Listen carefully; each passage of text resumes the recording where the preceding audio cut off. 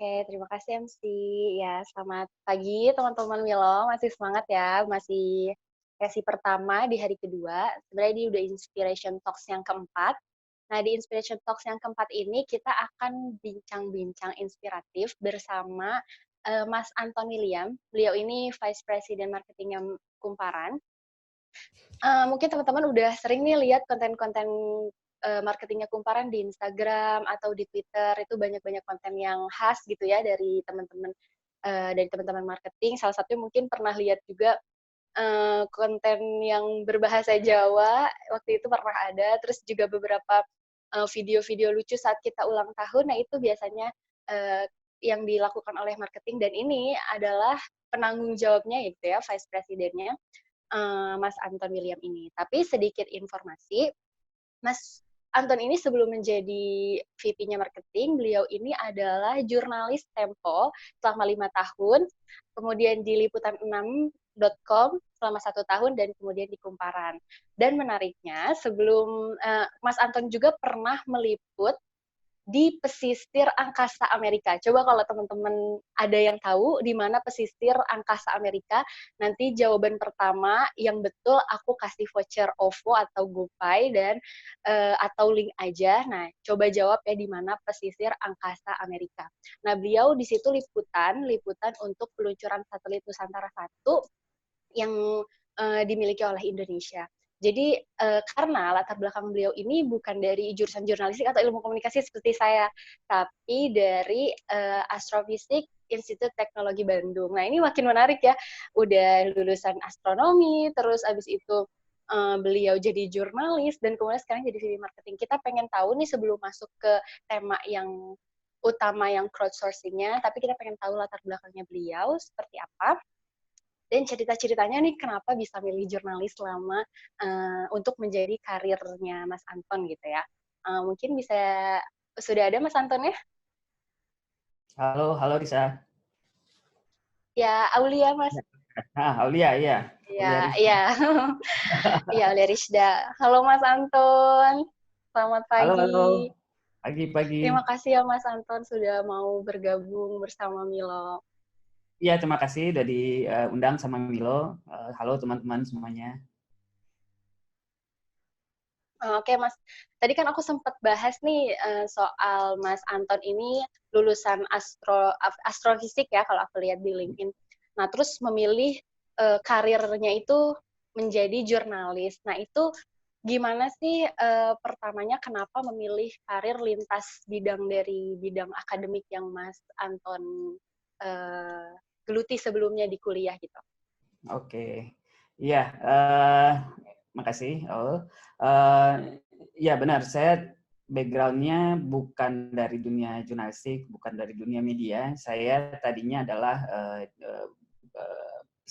bekerja belajar mengenai astronomi dan astrofisika itu di ITB. Nah, saya memilih waktu itu untuk ke banting setir dari dunia saintifik gitu ya ke dunia jurnalistik itu karena memang ada dorongan apa ya, bisa dibilang passion ya. Saya suka astronomi, saya suka astrofisika. Itu ilmu yang sifatnya sangat dinamis. Bisa dibayangkan setiap hari ya itu ada puluhan satelit di luar angkasa. Itu mereka naik data itu dari semua bintang, semua galaksi yang ada. Nah, data-data ini itu jumlahnya bisa entah berapa tera gitu per hari ya. Bisa dibayangkan bagaimana banyak temuan yang bisa dihasilkan dari satelit-satelit seperti itu gitu. Nah, dunia yang dinamis, kemudian perkembangannya selalu berkembang, kemudian perspektifnya selalu baru, itu buat saya tuh menarik. Nah, cuman kemudian ada masa-masa ketika saya berpikir pasti juga teman-teman juga seperti itu ketika background kuliahnya mungkin seperti ini tapi mungkin saya juga punya minat di bidang lain. Nah, saya menemukan minat itu sebenarnya di dunia jurnalistik karena saya menemukan keseruan yang sama gitu. Bahwa di dunia jurnalistik itu kita selalu mendapatkan informasi baru setiap hari. Kita bisa mengumpulkan data, kita bisa melakukan analisis dan yang pasti kita harus melakukan pelaporan. Nah, proses yang dinamis ini menarik sekali buat saya. Makanya kemudian saya memilih untuk oke, selain dari dunia saintifik, saya juga bisa masuk ke dunia jurnalistik. Gitu. Dan memang karir pertama saya waktu itu di Tempo waktu itu. Gitu. Sampai sekarang akhirnya Iya, di Kembaran. Kembaran. Terus awal bisa meyakinkannya itu gimana sih Mas? Karena case kayak gini tuh kan udah banyak ya, banyak orang yang untuk yang khusus fresh graduate yang ragu-ragu gitu untuk bisa banting setir. Nah, itu cara meyakinkannya gimana Mas? Oke. Kalau saya pendekatannya agak sangat textbook ya. Saya waktu itu mencoba mencari buku. Kebetulan saya nemu ada buku namanya Alternative Career in Science gitu. Nah, di buku ini Oke. dijelasin bahwa di buku ini dijelaskan sebenarnya seorang saintis itu dia bisa beralih karir itu seperti apa gitu. Dan itu dicari yang cocok dengan apa yang sudah dia dapatkan selama di perkuliahan. Nah, waktu itu salah satunya yang direkomendasikan memang menjadi jurnalis gitu. Ya, karena proses itu tadi ada pengumpulan data, analisis, kemudian bikin pelaporan. Jadi yang meyakinkan saya waktu itu adalah pertama dunianya dinamis. Yang kedua saya juga melihat bahwa dunia jurnalistik ini kan sifatnya apa ya? Orang akan selalu butuh informasi. Sejak manusia masih hidup di gua sampai sekarang orang mencari informasi. Sampai kedepannya juga orang masih mencari informasi. Jadi itu yang meyakinkan saya bahwa pertama dunianya dinamis sesuai dengan passion saya. Kemudian kedepannya juga ini bidang yang masih akan terus dibutuhkan oleh orang. Gitu. Oke. Nah, Mas, ketika Mas Anton nih memilih menjadi jurnalis itu, memang Mas Anton tuh melihat ada masa depankah gitu di profesi ini gitu, mengingat kalau saya sendiri gitu pernah dibilang gitu sama senior kalau untuk naik jenjang karir di jurnalis itu sebenarnya susah kalau kamu ingin menjadi seorang pimret misalnya. Makanya kamu harus punya spesialisasi supaya bisa kejar bidang lain. Nah, Mas Anton sendiri kan sekarang posisinya sudah tinggi lah ibaratnya di bidang media. Nah, tapi sebelum itu ketika Mas masuk kan sebenarnya bisa nih kerja di NASA gitu kan Mas, yang lebih gimana gitu kan. Nah, tapi kenapa memilih sebagai jurnalis? Memang Mas Antoni melihat ada apa di bidang profesi ini gitu masa depannya? Oke. Pertama begini, ketika kita memilih karir, saya merasa bahwa waktu itu kita butuh untuk tahu kondisi sekitar. Nah, memang ketika saya kemudian memilih untuk banting setir, yang terjadi waktu itu di dunia adalah ada krisis global. Itu tahun 2008, dipicu dari krisis subprime mortgage-nya di US. Waktu itu global mengalami krisis. Nah, yang terjadi efek lanjutannya seperti apa? Nah, ini yang harus kita analisis. Yang terjadi adalah waktu itu budget sains di dunia di dunia di Amerika, di Eropa itu di-cut habis-habisan. Kita bisa lihat indikatornya waktu itu adalah budget sains untuk ada sebuah proyek teleskop besar misalnya di selatan Amerika Selatan itu di-cut. Nah, indikator-indikator ini saya merasa bahwa kemudian kalau saya masih melanjutkan karir di dunia sains, sepertinya itu bukan masa yang menguntungkan waktu itu, gitu. Dan memang terbukti kemudian krisisnya berlanjut sampai 2012, 2013. Nah, teman-teman juga mungkin hari ini juga akan merasakan hal yang sama gitu.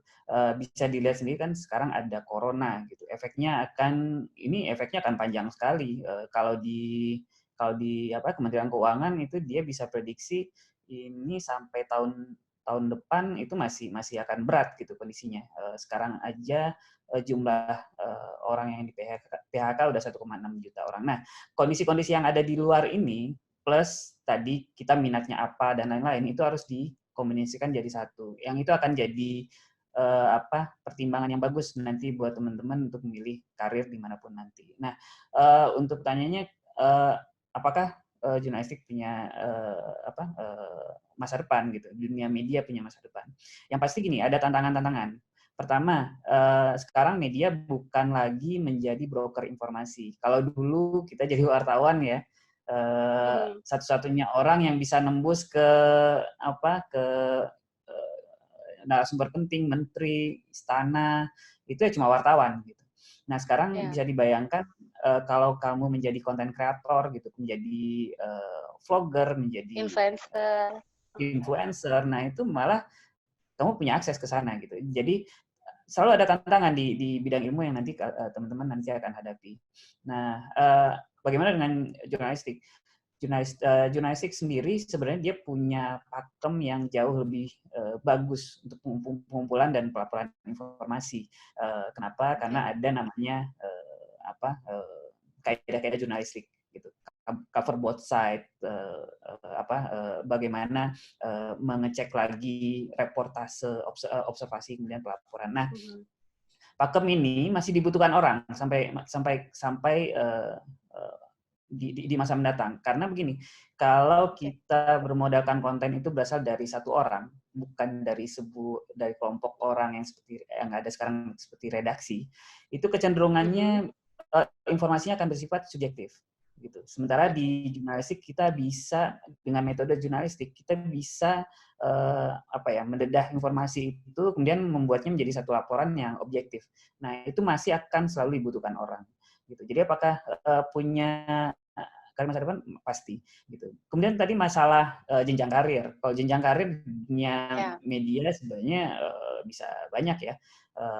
Oke. Pertama, yang pasti prosesnya kan teman-teman harus belajar dulu dari reporter. Reporter itu pengetahuan yang skill yang kita harus punya adalah kemampuan reportase, kemampuan Mhm. untuk wawancara dan lain-lain. Nah, setelah itu teman-teman nanti akan menjadi penulis. Di situ akan belajar bagaimana cara menyunting, memperbagus sebuah tulisan, mengecek bahwa tulisan ini lengkap atau tidak. Nah, itu nanti akan dikerjakan oleh penulis. Berikutnya bisa menjadi editor. Editor artinya dia sudah merangkum semua informasi yang ada itu, kemudian dipastikan itu lengkap, itu dia full ngedit itu. Nah, berikutnya kalau masalah jabatan seperti Pemret, Redpel itu sebenarnya jabatan struktural ya, yang Ya. ya itu akan tergantung kebutuhan organisasi saya rasa. Jadi tapi yang pada dasarnya jurnalis itu pasti akan ada di itu reporter, kemudian penulis, kemudian jadi editornya. Nah, yang pasti juga sekarang di dunia media nggak bisa lagi bahwa sekarang saya mau jadi jurnalis tulis gitu, udah nggak bisa. Sekarang Mhm. kita harus bisa punya banyak talent. Kita harus Oke. bisa menulis, harus bisa ngambil video, mungkin juga harus bisa gambar. Untuk bikin infografik itu teman-teman harus gambar nantinya. Nah, dan ini memang kebutuhan dunia di masa mendatang ya. Satu orang itu butuh punya banyak skill nantinya. Dan itu udah terbukti kalau teman-teman lihat konten kreator kayak YouTuber dan lain-lain ya, mereka bisa produksi konten sendiri, nulis skrip sendiri, syuting sendiri, kemudian mempromosikan tulisannya sendiri. Jadi masih akan bagus ke depannya. Gitu. Oke. Mas, tadi kan aku sempet di awal ini bahas soal Mas pernah liputan ke pesisir angkasa, tapi jangan dulu dikasih tahu Mas ya, karena ini kuis untuk teman-teman partisipan Milo ini. Nah, itu gimana sih Mas ceritanya waktu Mas meliput peluncuran satelit Nusantara 1 itu? Kayak ini menarik sekali untuk bisa didengarkan. Iya, iya. Iya, waktu itu Hmm. saya punya teman, dia dia kerjasama dengan tim dari Pacific Satelit Nusantara ya. Dia menawarkan ke saya untuk ditanyain ke redaksi waktu itu, apakah Kumparan mau meliput peluncuran satelit milik Indonesia waktu itu. Yang waktu itu yang dipilih cuma media yang kredibel ya, cuma ada 2 yang dipilih waktu itu, ada Kompas dan Kumparan. Nah, saya waktu itu sampaikan ke redaksi, tapi saya bilang waktu itu ke Wapemretnya, saya tertarik nih gitu, karena kapan lagi saya yang lulusan astronomi, astrofisika gitu bisa belajar Ya, lihat langsung nih peluncuran roket gitu. Jadi waktu itu katanya ini udah rencana keempat ya Mas? Keempat kalinya oh ya Mas iya, benar rencana. benar. Iya, benar. Jadi waktu di Tempo saya sebelumnya juga mengincar untuk peluncuran roket. Jadi 8 itu dia punya satelit namanya satelit A2 kalau nggak salah. Mereka sudah bikin satelitnya, cuman dan akan diluncurkan. hanya saja waktu itu pakai satelit India ya. Cuman waktu itu kebetulan si satelitnya ini si roketnya ini nggak bisa ada problem lah. Kemudian harus ditunda. Waktu itu saya sudah juga mengajukan diri ke redaktur. Waktu itu saya masih reporter untuk melakukan peliputan waktu itu ke India. Sudah dianggarkan, sudah dijadwalkan, tapi last minute peluncurannya batal. Makanya kemudian saya nggak mau melewatkan kesempatan ketika ada peluncuran roket milik Indonesia lagi. Dan kebetulan ini di US, di tempatnya teman-teman bisa cari nanti sebagai bagian dari kuisnya ya. Itu tempat bersejarah Iya, iya, karena Mas. itu kita meluncurkan roket yang bawa manusia ke bulan gitu. Dan waktu itu Oh. saya sangat beruntung sebagai jurnalis. Nah ini saya kira gini, yang menarik dari seorang jurnalis adalah kamu bisa masuk ke tempat-tempat yang mungkin orang lain nggak bisa masuk gitu. Nah waktu peluncuran yang di US ini itu adalah pangkalan militer sebenarnya, tapi karena saya sebagai jurnalis saya bisa masuk. Bahkan itu tempat peluncurannya adalah lokasi yang paling dekat yang bisa kita kita kita kita liput gitu ya, kita bisa ada. Sementara kalau orang masyarakat itu mungkin harus lihat dari jarak 11 kilometer dan lain-lain. Saya waktu itu dekat sekali gitu, jadi bisa kedengar gimana suara roket yang ternyata itu kayak robek-robek ke Aku ini merinding, Mas, orang. dengernya. Ya, suaranya bagus sekali. Saya juga nggak mengira bahwa memang suaranya seperti itu. Gitu. Ya luar biasa sih itu pengalamannya. Dan itu Oke. yang menarik ya dari Nah, jurnalis terus ya. apa? Hmm. Hmm. Iya, iya, itu menarik.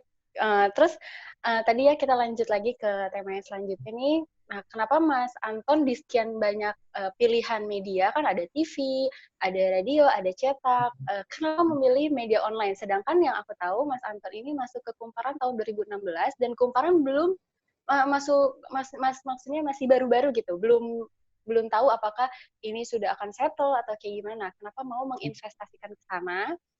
Setelah sebelumnya di Tempo gitu kan. Nah, kenapa media online dan kenapa Kumparan gitu? Oke. Gini, ketika pertama kali saya berkarir di jurnalistik, saya berada saya masuk di Tempo. Tempo itu dia punya Tempo nyebutnya sebagai outlet. Ada majalah Tempo, ada koran Tempo, kemudian ada portal beritanya. Nah, kalau di Tempo memang itu semua diputar. Teman-teman kita akan merasakan bekerja di koran, merasakan bekerja di majalah, merasakan kerja di portal online gitu.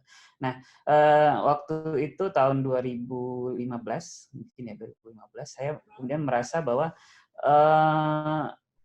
kalau saya bekerja hanya untuk tulisan, artinya bekerja tadi untuk majalah, koran dan portal berita, kayaknya bakal ketinggalan ya gitu. Jadi nggak bisa, saya ngerasa harus nambah lagi nih ilmunya.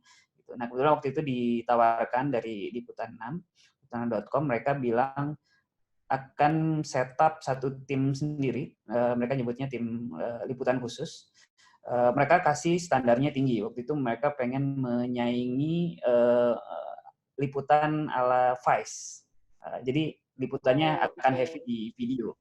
Nah, begitu ada tawaran itu saya tertarik banget karena memang saya salah satu referensinya waktu itu adalah nonton video-videonya Vice gitu. Nah, jadi saya berniat pindah itu untuk menambah skill saya. Saya nggak boleh cuma bisa nulis. Saya waktu itu juga bikin infografik gitu. Saya nggak bisa berhenti di situ. Harus belajar video. Nah, selama di Liputan 6, saya belajar video. Saya jadi kepala Lipsusnya. Kemudian yang terpaksa harus menjadi produser juga, produser video. Nah, dari situ saya bisa kerjasama dengan tim yang lebih luas lagi. Ada tim penulis reporter, kemudian ada tim videografernya, ada tim editor videonya gitu, dan itu jadi lebih kompleks. Saya bertahan setahun di sana. Pengalaman setahun saya produksi sekitar hampir 20 karya video ya waktu itu. Dan jenisnya Lipsus. Saya ngerasa waktu itu saya udah belajar video, tapi berikutnya apa gitu, tantangannya apa. Nah, tahun Craving 2016 terus itu, ya, Mas? ya, karena gini, kita harus update terus nih skillnya kita. saya udah melihat ada beberapa teman-teman yang kemudian mereka cuman gue belajar udah bisa nulis gitu, udah berhenti aja nulis. Itu malah bahaya sebenarnya karena zaman terus berubah ya, tuntutannya berubah. Nah akhirnya 2016 itu ada foundernya Kumparan, mereka bikin di kumparan.com waktu itu, saya masih ingat websitenya isinya cuma satu manifesto aja gitu, berupa panggilan. Oke. Kira-kira mereka akan Oke. bilang bahwa kalau kamu merasa ada stagnansi misalnya di dunia media dan pengen mendisrupsi media yang ada sekarang, ayo gabung bersama Kumparan. Nah, Mhm. saya terpanggil dengan ajakan itu. Kemudian saya, Tantangan ini. ya ini challenge yang menarik sekali karena saya merasa memang waktu itu media online di Indonesia ya inovasinya ya itu aja gitu. Nah, akhirnya saya terpanggil, Mhm. saya masuk ke Kumparan berapa bulan sebelum launching. Ya hasilnya kayak sekarang saya kira sih apa yang dijanjikan di awal di Kumparan itu terus dilakukan sampai sekarang. Inovasi, pembuatan konten yang berkualitas, kredibel itu dilakukan oleh Kumparan dengan baik. Oke. Nah, tadi udah ngomong-ngomong kredibel nih, Mas. Memang kan ini udah tiga tahun ya Kumparan ini jalan. Nah, itu gimana sih bisa sampai udah jadi media besar, kredibel, dan dipercaya masyarakat gitu, bisa dapat banyak engagement dari pembacanya sendiri. Bahkan kalau kita lihat di Instagram banyak gitu yang komen, di website juga banyak yang komen-komen gitu, apalagi untuk artikel-artikel trending. Nah, itu awalnya bagaimana yang tadi aku sempat dengar sih ingin mendisrupsi. Maksudnya tuh seperti apa dan apa yang pengen dicitrakan Kumparan di antara media-media yang lain yang sudah ada gitu pada saat 2016 itu. Oke. Ya, itu juga jadi pertanyaan saya waktu tahun 2016. Oke, kalau kita mau kalau Kumparan mau mendisrupsi seperti apa caranya gitu. Waktu itu sebelum saya benar-benar gambling karena waktu itu founder Kumparan nggak memilih untuk memberitahu ngasih bocoran mau bikin apa gitu. Akhirnya saya masuk baru tahu dapurnya Kumparan seperti apa. Jadi prinsipnya sih sebenarnya begini. Di Kumparan ada 3 pilar yang harus dipenuhi untuk buat sebuah media yang yang bagus gitu ya. Itu adalah pertama Kumparan harus mengejar yang namanya excellence in journalism. Kemudian Kumparan juga percaya bahwa harus mengejar yang namanya excellence in technology. Berikutnya adalah excellence in storytelling. 3 pilar ini yang harus dikejar oleh Kumparan supaya bisa berbeda dengan media-media lainnya. Di pilar jurnalisme itu di Kumparan itu kita selalu pegang teguh yang namanya kredibilitas. Konten itu harus kredibel, didapatkan dari sumber-sumber utama, dilaporkan secara baik, cepat, mendalam, gitu. Itu udah jadi kesatuan, gitu. Dan di awal-awalnya Kumparan untuk membuktikan bahwa oke kita harus ngejar kredibilitas, yang dilakukan itu menurut saya sangat menarik, gitu. Jadi pertama sebagai bekal awalnya Kumparan merekrut semua jurnalis-jurnalis muda yang punya reputasi dan skill terbaik waktu itu. Oke. Itu semua didapatkan. Jadi dan memang harus ya anak muda gitu karena yang bisa mendorong ini ya semangat muda ini. Nah berikutnya Ya, pernah ya lanjut dulu, Mas. Hmm. betul betul. Nah di berikutnya adalah yang dicari adalah jurnalis yang baru nih fresh grade. Itu juga tetap dipanggil berasal dari berbagai latar belakang pendidikan, berbagai latar belakang perguruan tinggi, punya banyak skill. Dan yang dilakukan Kumparan waktu itu bikin program rekrutmen yang itu pendaftarnya total ada 35.000 orang. Yang kemudian itu jadi PR juga buat Kumparan ya karena harus menseleksi 35.000 orang ini gitu. Nah, setelah Iya. diseleksi kemudian kita pilih sekitar 100 waktu itu 100 dan dibikin program yang namanya onboarding. Waktu itu 100 wartawan muda ini dikumpulkan, kemudian kita datangkan pembicara yang itu nggak tanggung-tanggung. Kita bisa waktu itu kita mengundang ada 7 atau 8 menteri. Ada startup CEO-nya startup gitu. Ada CEO-CEO-nya BUMN itu semua datang dan itu kita kumpulkan di satu tempat kemudian ada sesi sharing dari tokoh-tokoh ini. Dan itu yang kemudian ngisi apa ya, kepala dari si jurnalis muda kita itu. Dan hasilnya memuaskan karena jurnalis kumparan bisa membuat konten yang bagus dengan perspektif yang lebih kaya hasil dari onboarding itu. Nah, setelah itu juga untuk memastikan kredibilitas ya, seluruh jurnalis kumparan itu ini dilakukan ada gelombangnya. Itu kita bikin supaya semua jurnalis kumparan itu tersertifikasi Dewan Pers. Nah, gitu. Jadi waktu itu kumparan bisa dibilang jadi media online pertama yang seluruh jurnalisnya itu punya sertifikat Dewan Pers. Gitu. Dan ini terus dilakukan di beberapa gelombang. Gitu. Itu dari sisi jurnalistik. Excellence of journalism. Ya. Nah, dari sisi teknologi, gini, saya sudah datang ke beberapa media, kemudian juga punya teman banyak media. Bisa dibilang kumparan itu tim tech-nya itu adalah tim tech terbaik sebenarnya, gitu. Kita nggak tanggung-tanggung untuk membuat tim tech yang benar-benar bisa mendukung inovasi di kumparan, gitu. Okay. Di kumparan selain ada engineer front end, back end, kita juga punya mulai dari data scientist, data analis, data scientist sampai data analis gitu. Dan itu yang akhirnya membuat kumparan pada akhirnya secara produk itu lebih matang gitu. Itu personalisasi dan lain-lain cuma bisa didatangkan dari tim engineering yang bagus, tim data yang bagus. Gitu. Ya berikutnya storytelling, ya teman-teman bisa tahu itu kekuatannya kumparan, bahwa ketika untuk melaporkan sebuah cerita itu harus kaya ya, harus begitu engage ke usernya gitu. Itu kunci dari perkembangan kumparan 3 tahun terakhir. Oke. Berarti memang ketika membangun itu dimulai semuanya tuh dari bibit-bibit yang baik ya Mas ya. Betul. Dari mencari bibit-bibit reporter yang baik, terus sampai mendidiknya sampai baik, terus cari teman-teman yang untuk teknologinya baik juga kayak gitu. Memang saya juga pernah dengar waktu kita lagi ada acara di taman itu, di Taman Tengah, Mas Hugo pernah bilang bahwa butuh untuk 4 tahun media-media lain tuh menyaingi teknologinya kumparan. Itu keren sih Mas. Nah itu mungkin bisa dijelaskan lagi gimana Mas? Ya, Kemajuan jadi teknologinya.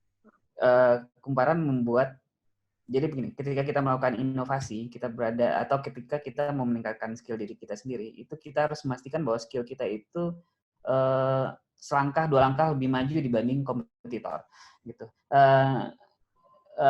Yang dilakukan kumparan sekarang adalah ketika kita investasi di tenaga engineering yang sangat bagus, itu supaya kompetitor itu nggak bisa ngejar dalam waktu dekat. Gitu. Nah, apa yang dilakukan kumparan? Pertama, kumparan bikin yang namanya personalisasi. Gitu. Kumparan sendiri kan secara konten kan kita bikin, karena kita balik lagi ya, ini temanya soal crowdsourcing ya. Bagi kumparan, konten itu tidak bisa datang cuman dari jurnalis. Konten itu bisa datang dari key opinion leaders, tokoh-tokoh gitu ya. Kemudian bisa datang dari media-media lain. Jadi kumparan itu ada mengembangkan bikin inkubasi lah untuk media-media di daerah yang mereka cukup menulis di kumparan gitu. Itu ada 34 media di seluruh provinsi di Indonesia, mereka akhirnya bikin konten di kumparan. Nah, pertanyaannya adalah, kalau kumparan punya banyak konten, bagaimana memastikan kontennya ini sampai ke orang yang tepat, di waktu yang tepat, dan selalu relevan, gitu. Caranya adalah bikin algoritma personalisasi, gitu. Jadi, kalau kamu senang dengan berita soal film misalnya, maka di aplikasi atau di website atau di mobile site kumparan itu kamu akan lebih sering menemukan konten terkait dengan film gitu. Kalau suka dengan news ya akan lebih banyak dapatkan konten soal news. Itu kenapa timeline kalau di kumparan, pembaca kumparan, satu orang akan melihat konten yang berbeda dibanding kalau kamu punya teman dan pakai kumparan juga, itu kontennya akan berbeda gitu. Dan itu kalau teknologi ini sebenarnya udah banyak diadopsi oleh di startup di luar ya. Mhm. Cuman di Indonesia bisa dibilang kan nggak ada sama sekali gitu. Dan untuk membuat algoritma ini nggak gampang gitu, butuh setahun 2 tahun untuk membuatnya gitu. Jadi dan artinya kita bikin jarak yang cukup untuk kompetitor gitu. Selain itu yang pasti Oh berarti Kumparan mengembangkan namanya platform. Jadi dari awal kita merasa bahwa Kumparan itu bukan uh, adalah perusahaan teknologi juga gitu. Kita akan di Kumparan startup-startup ini startup media, konten kreator itu bisa membuat konten di Kumparan dengan mudah tanpa harus masuk ke meja redaksi. Nah, ini platform yang digunakan sama Kumparan. iya, seperti Milo sekarang Mas. Jadi kita bikin bikin akun di Kumparan tanpa harus melewati redaksi gitu ya. Jadi kayak kita bikin blog sendiri gitu. Makanya kita bisa live di Kumparan lewat akun personal ini. Terima kasih banyak Saya langsung Kumparan. nyari Milo di Kumparan. Kenapa Mas? Saya langsung nyari Milo di Kumparan nih. Iya. Nah, udah ada ya, Mas ya. Nah, terus kita tadi menarik banget ya, aku udah dapat catatannya bahwa untuk melakukan crowdsourcing, kan tadi sebelumnya sama MC dibahas bahwa crowdsourcing ini lewat tema gitu ya. Kita bisa melakukan perubahan dan itu ataupun kita mendapatkan sumber-sumber dari crowd, dari kerumunan orang gitu, dari netizen-netizen atau sumber-sumber lain. Nah, ternyata si crowdsourcing ini pun harus difasilitasi oleh teknologi yang mumpuni. Nah, tadi Kumparan pun concern terhadap itu gitu ya, bahkan teknologinya juga bisa lebih maju daripada kompetitor. Nah, jadi bagi teman-teman yang mungkin mau buat media ke depannya hal-hal itu tuh yang menjadi tantangan ya pas awal-awal pembuatan. Nah, kalau dari segi marketingnya nih Mas, nge-engagement teman-teman netizen gitu ya, teman-temannya Kumparan, pembaca-pembaca Kumparan supaya bisa betah sama aplikasinya atau sama websitenya atau sama sosial medianya, gimana sih dari tim marketing sendiri? Nah, di marketing di tim Mas ini sebenarnya ada siapa aja dan gimana aja gitu dapurnya marketing, coba Mas. Kunci dari marketing di dunia sekarang adalah data. Jadi kita bisa dapatkan data secara instan, misalnya sederhana aja, misalnya kita ngepost di Instagram ya, kita langsung tahu kan berapa banyak orang yang nge-like atau kontennya kemudian tersebar seberapa luas. Nah, itu menjadi indikator awal yang kita pakai untuk kemudian membuat konten gitu. Nah, kontennya sendiri memang kita set supaya kita tahu bahwa beda platform akan beda jenis konten yang harus kita sampaikan. Misalnya redaksi kalau bikin video, bikin tulisan ya stylenya cocok untuk orang yang pengen baca, orang pengen nonton. Di sosial media tantangannya adalah materi-materi itu pertama harus menarik, kayak visual, tapi juga harus pendek gitu. Itu kenapa di Kumparan kita mengembangkan misalnya ada produk kita menyebutnya sebagai video news. Jadi video yang informasi yang disampaikan dalam waktu pendek ya. Ketika kompetitor membuat video pendek itu adalah 1 menit, Kumparan selangkah lebih maju. Kita harus bikin video itu bisa selesai dalam waktu 30 menit. 1 menit. Kumparan akan bikin 30 detik gitu. Jadi dalam waktu 30 detik semua udah tersampaikan informasinya gitu. Pasti ada distorsi informasi, tapi itu kita bisa tutup dengan memberikan link atau memberikan penjelasan di caption. Atau format-format lain, misalnya kalau teman-teman sekarang kalau follow di akun Instagramnya Kumparan misalnya, itu ada konten di setiap kali kita bikin konten, kita selalu bikin karusel. Yang itu jadi di karusel bagian akhirnya itu adalah promo terhadap si konten yang dimiliki oleh Kumparan, masuk ke Kumparan. Nah, itu kemudian jadi bahan ledekan buat orang, tapi ledekan lucu ya. Jangan Ada namanya slide 2. slide 2, betul. Nah, waktu itu orang protes kan, kenapa kok mereka kan nyebutnya zong gitu ya. Nah, akhirnya kita malah itu inspirasi buat kita gitu.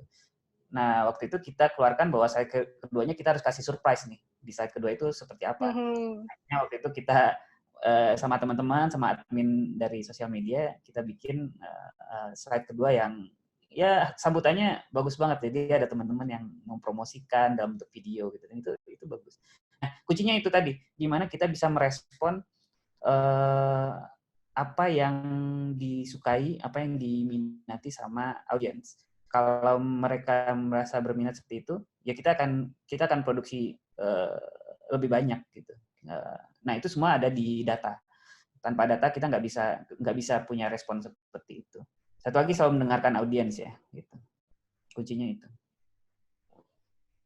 Menarik ya Mas ya, karena Milo sendiri juga kan emang concern di bidang data. Nah, disangka marketing itu cuma butuh kreativitas, gimana caranya bikin konten-konten yang menarik. Tapi ternyata marketing kuncinya itu bukan desainer yang handal ya, tapi justru data-data yang akurat sehingga kita bisa tahu behavior dari masing-masing netizen di masing-masing platform itu seperti apa gitu ya Mas ya. Iya, gabungan Jadi semuanya. insight baru. Okay. Oke. Terus Mas, kalau seandainya ada nih teman-teman, tadi aku udah sempat spoiler, kalau ada teman-teman yang mau bikin media, yang mungkin entah itu seperti Kumparan atau media-media sesuai dengan komunitas mereka, kira-kira kiat-kiat awalnya gimana? Atau mungkin kalau supaya media itu bisa, dengan sumber daya yang terbatas, kira-kira apa yang harus kita lakukan gitu, Mas? Oke, ini tergantung nanti teman-teman bisa analisis diri sendiri ya. Ketika kita mau membuat entah itu media atau perusahaan apapun lah, itu kan kita harus tahu dulu resource kita seperti apa. Gitu. Resource kita kalau misalnya besar ya kita akan membidik, berarti kita harus bikin media yang untuk segmen yang sangat luas gitu. Tapi kalau ternyata resource kita terbatas ya kita sebaiknya kita ngincar audiens yang niche ya, audiens yang lebih spesifik gitu. Nah, Kumparan beruntung kita punya resource yang cukup dan lain-lain. Akhirnya kita milih untuk jadi media yang besar gitu, media mainstream. Sedangkan kalau misalnya teman-teman nanti mau bikin media sendiri, tapi orangnya misalnya baru ada 2 orang, 3 orang, saran pertama sih masuk ke segmen yang spesifik, segmen yang niche gitu. Saya mau kasih contoh misalnya salah satu partner 1001 Media Kumparan ya, itu teman-teman yang crowd sourcing yang dimiliki oleh Kumparan, itu mereka ada satu namanya Play, Stop, and Rewatch gitu. Nah, ini dia memilih segmen yang spesifik. Dia cuma mau bikin konten mengenai film gitu. Dia nggak bikin soal news, dia nggak bikin soal bisnis dan lain-lain. Udah soal film aja. Nah, mereka menimbang itu karena memang aset tenaga yang mereka punya itu sebagian besar adalah penggemar film gitu.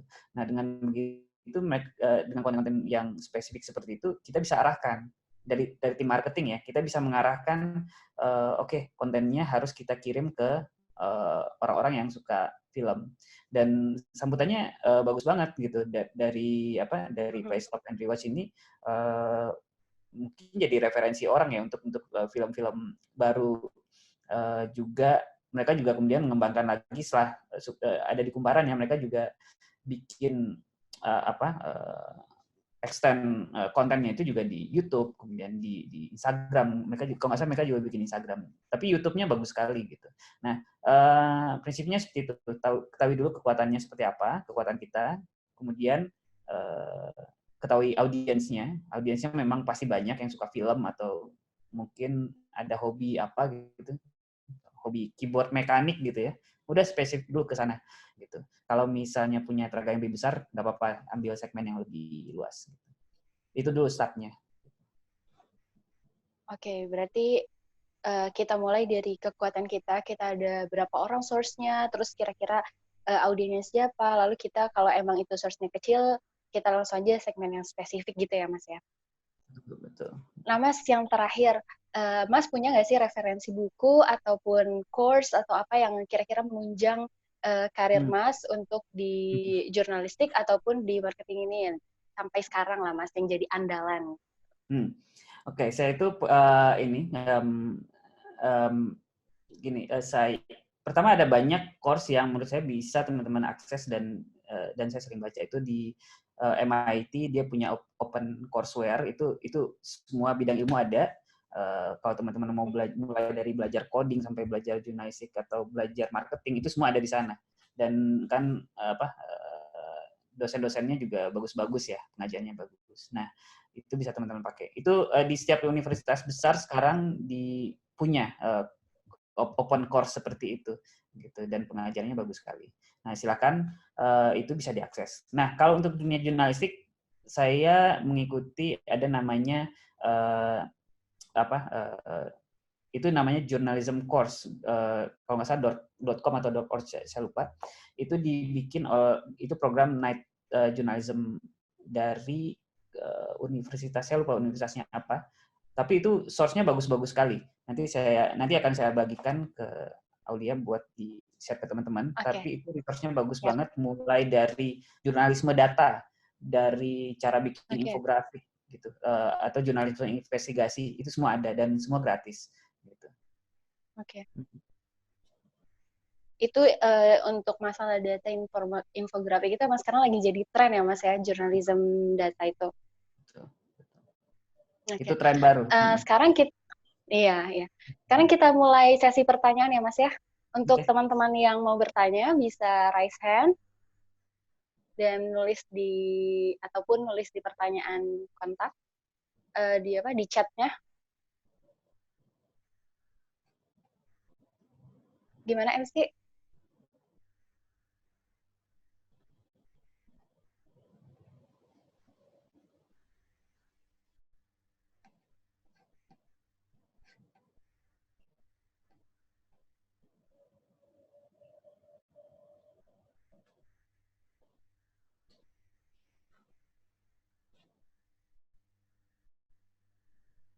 Bentar ya mas ya.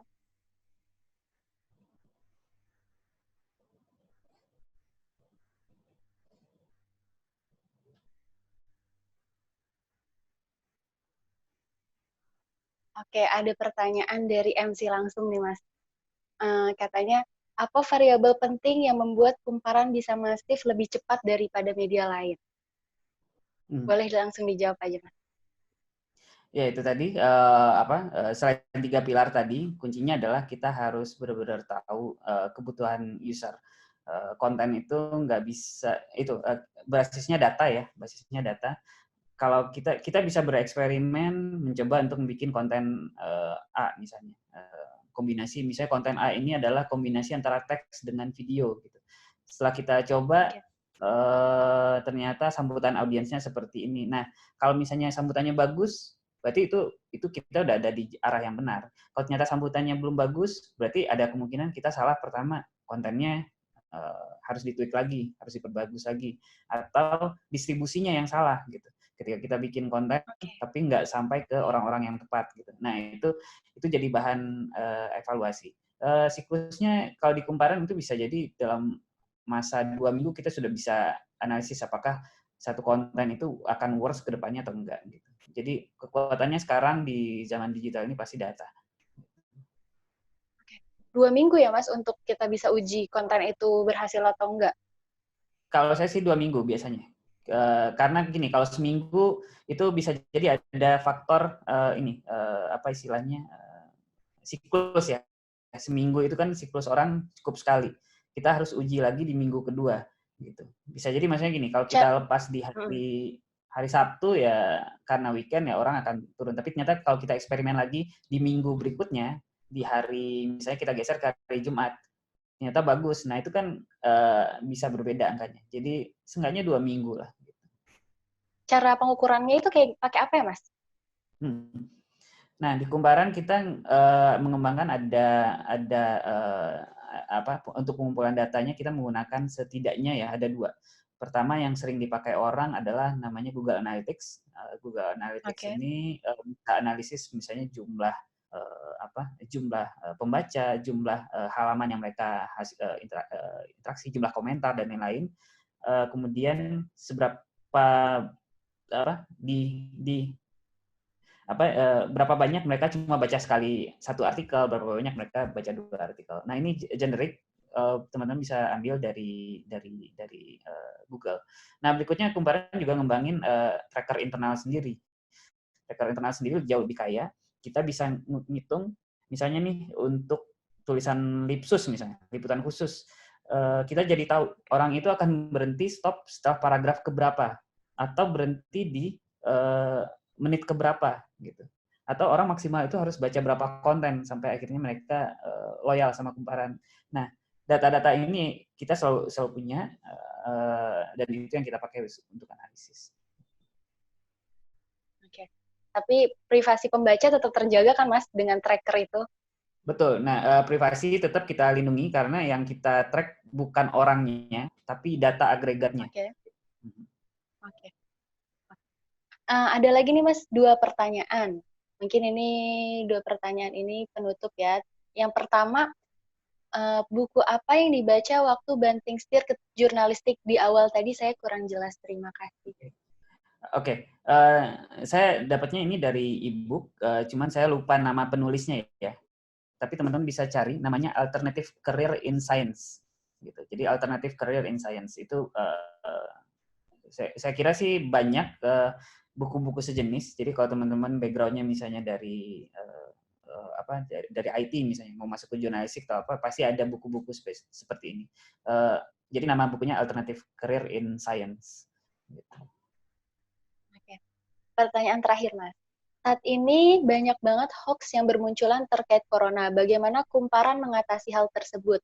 Bagaimana strategi Kumparan bisa menangkal berita hoax? Oke. Nah, makanya ini yang terjadi dengan inovasi ya. Kita harus mencoba dulu, kemudian bisa jadi inovasinya itu nggak sukses, tapi harus segera kita perbaiki. Di awal Kumparan berdiri sebagai platform ya, Kumparan membuka akses kepada semua penulis untuk bisa menulis di Kumparan. Kita berbaik hati, kita berprasangka baik bahwa orang-orang akan membuat konten yang kredibel dan lain-lain. Gitu. Tapi tentu saja pada perkembangannya kita tahu bahwa kita terlalu berbaik sangka gitu. Tetap ada orang yang berusaha untuk memasukkan informasi-informasi bohong gitu ya di Kumparan. Nah ini kita langsung di tag, kemudian kita akhirnya membuat ini baru aturan baru bahwa yang bisa menulis di Kumparan itu hanya orang yang sudah menyerahkan datanya. Terus dia udah kasih profilnya dulu, kita pelajari apakah memang benar dia penulis yang kredibel gitu. Nah, akhirnya kita bikin namanya sistemnya whitelist. Jadi hanya orang-orang yang sudah terdaftar dan kita kenali yang bisa menulis di Kumparan gitu. Nah, ini strategi ini bisa memerangi hoax karena kemudian orang nggak akan berani menyampaikan berita yang salah kalau kita udah tahu mereka itu siapa. Itu pertama. Nah, kalau dari sisi hoax, memerangi hoax secara umum, itulah kalau menurut saya kehebatannya dari namanya metode jurnalistik gitu. Metode jurnalistik itu kan dia mewajibkan orang yang melakukan itu untuk melakukan pengecekan terus-menerus. Gitu. Jadi kalau misalnya dibilang ada kebakaran misalnya di daerah A gitu, reporter ya harus ngecek gitu. Entah itu ngecek ke misalnya ke pemadam kebakaran setempat atau mendatangi langsung lokasinya gitu dan mengecek apakah benar atau tidak. Nah, sistem pengecekan langsung dan akses ke narasumber penting ini yang dimiliki oleh kekuatan dari jurnalistik. Gitu. Kalau netizen pada umumnya kan begitu dengar apa langsung di share gitu atau dengar apa langsung diketik ulang yang itu yang akan menimbulkan hoax. Jurnalistik nggak memungkinkan itu dan itu akan selalu dipegang teguh sama Kumparan. Gitu. Oke. Oh jadi gitu ya Mas ya. Jadi emang ada filternya dulu nih kalau mau jadi penulis di Kumparan. Sampai kemarin Milo itu bikin harus foto KTP dulu, kayak gitu ya Mas ya, supaya lebih secure. Nah, karena 3 pertanyaan sudah terjawab, saya mau merangkum dari hasil diskusi atau bincang inspiratif kita kali ini. Karena temanya tentang crowdsourcing ya, dari yang saya dapatkan, karena Kumparan itu menyediakan wadah untuk bisa nge-crowd sumber-sumber tapi dengan teknologi yang tepat, karena untuk punya banyak konten itu ke orang yang tepat dan di waktu yang tepat butuh teknologi yang maju. Nah, yang kedua adalah yang paling penting ketika kita bisa dapat dari sumber banyak seperti awal-awal pelajaran Kumparan tadi yang disebutkan, ternyata perlu ada kontrol dari internal juga supaya informasi yang didapat tetap kredibel dan tidak hoax. Kayak gitu ya Mas ya. Jadi mungkin teman-teman terus yang paling penting sekarang kita media juga nggak bikin produksi sendiri ya Mas ya, tapi memang dibantu oleh banyak sumber. Kayak tadi Kumparan sendiri punya 1001 media, jadi media-media dari 34 provinsi bisa dibantu sama teman-teman media yang di daerah. Jadi itu juga salah satu metode crowdsourcing yang dipakai oleh Kumparan. Jadi udah bukan saatnya lagi media memproduksi dan menyebarkan beritanya sendiri, tapi kita pakai gerakan masyarakat sehingga kita bisa sama berpartisipasi untuk mencapai tujuan yang baik. Seperti itu ya Mas ya? Iya, betul. Oke, mungkin sekarang kita sudahi saja, sudah pukul hampir jam 12. Nah, terima kasih Mas Anton William sudah menyempatkan waktunya dan berbagi banyak informasi terkait jurnalistik dan dunia media ini sangat-sangat insightful. Semoga di lain waktu kita bisa ketemu. Kalau saya sih ketemu ya Mas di kantor, bisa ketemu teman-teman yang lain, mungkin bisa diundang main nih Milo ke Kumparan, ada event apa gitu setelah corona ini mereda ya Mas ya. Ya. Dan setelah sesi ini akan ada penyerahan ini sebenarnya Mas, kalau kita langsung ada penyerahan plakat, cuman karena kita distancing gini ya, jadinya mungkin nanti akan dikirimkan di kantor aja ya Mas ya. Baik. Jadi bilang, gimana MC? Saya serahkan kembali ke MC.